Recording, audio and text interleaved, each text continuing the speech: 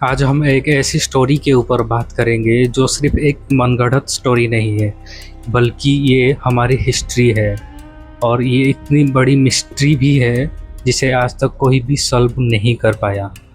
तो इसके ऊपर एक सवाल बनता है, अगर कोई भी इसका सॉल्यूशन नहीं निकाल पाया तो हम आज क्यों इसके ऊपर बात कर रहे हैं?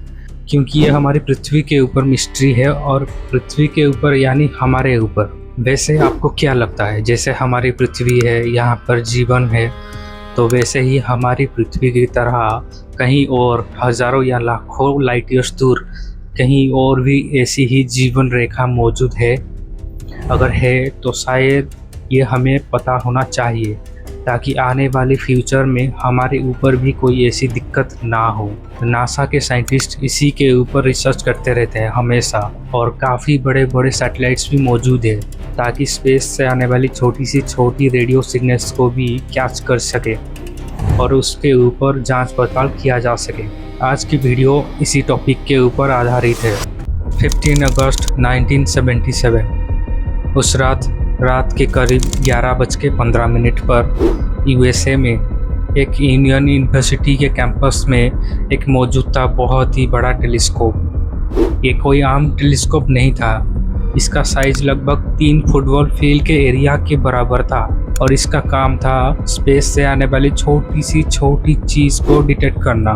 उस रात ये टेलीस्कोप ने कुछ ऐसा रिकॉर्ड कर लिया जिसके बाद दुनिया भर में चर्चा फैल गई। क्यों, ऐसा क्या डिटेक्ट कर लिया था ये टेलीस्कोप?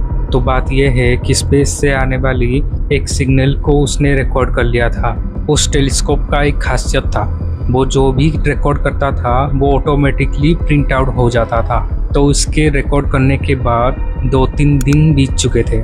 अमेरिका के एक साइंटिस्ट जेरी एहमान ने, वो उस टेलीस्कोप के अंडर काम करते थे। वो कभी कभी वो प्रिंट आउट्स निकाल के देखते रहते थे कि क्या कुछ नोटिस हुआ है या नहीं। वो 2-3 दिन के बाद प्रिंट आउट को निकाल के ऐसे ही चेक कर रहे थे, तभी उनकी नज़र एक प्रिंट आउट के ऊपर पड़ी। उन्होंने एक अनजान कोड को नोटिस कर लिया। वहाँ पर लिखा हुआ था 6EQUJ5। इसका मतलब क्या था? इसका मतलब ये था कि टेलीस्कोप ने किसी अनजान रेडियो सिग्नल को डिटेक्ट कर लिया था, और उसका इंटेंसिटी यहाँ पर दिखा रहा था, जो कि टेलीस्कोप ने प्रिंट आउट कर लिया था। इसके बाद कई अफरा तफरी मच गई। कई सवाल उठने लगे कि ये सिर्फ एक नॉर्मल सिग्नल था या फिर इसके पीछे कोई अलग वजह है। सवाल ये है कि ये कोड इतना ज़रूरी क्यों है, इसे क्यों इतना इम्पोर्टेंट माना जाता है। आप देखेंगे कि कोड के बीच में यू लिखा हुआ है। यू का मतलब ये है कि फ्रीक्वेंसी बहुत ज़्यादा स्ट्रॉन्ग थी। पहले वो फ्रीक्वेंसी थोड़ा लो थी, बीच में बहुत ज़्यादा स्ट्रॉन्ग हो गई, फिर उसके बाद धीमी होके बंद हो गया, और ये सिर्फ 72 सेकेंड में हुआ। देखो, सिग्नल पृथ्वी को टच करके नहीं गया था। दरअसल सिग्नल हाइड्रोजन लेयर्स को टच करके गया था, और टेलीस्कोप हाइड्रोजन लेयर्स को डिटेक्ट कर रहा था, इसीलिए टेलीस्कोप ने सिग्नल को कैच कर लिया था। लेकिन सवाल ये है कि सिर्फ हाइड्रोजन लेयर्स को क्यों?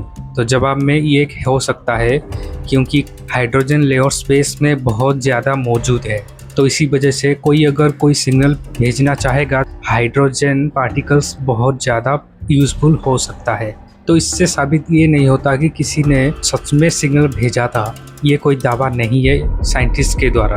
तो क्या ये सिग्नल किसी प्लैनेट या स्टार्स के फटने या बर्बाद होने के साउंड था? तो इसका जवाब शायद नहीं हो सकता, क्योंकि साइंटिस्ट ने भी इसके ऊपर बहुत ही रिसर्च किया था, लेकिन वाव सिग्नल का सोर्स कहीं और से नहीं मिला। ये आज भी मिस्ट्री है, लेकिन सच्चाई चाहे जो भी हो, हम ये यकीन के साथ नहीं कह सकते कि हमारे अलावा भी कोई दुनिया में और एग्जिस्ट नहीं करते। अभी वाव सिग्नल को कैच करते हुए 50 साल से भी ज़्यादा हो चुके हैं, लेकिन इसका पता आज भी लगाया नहीं जा सकता। शायद फ्यूचर में किसी एडवांस टेलीस्कोप की मदद से बाद में फ्यूचर में पता लगाया जा सके, लेकिन अभी के लिए मुमकिन नहीं है।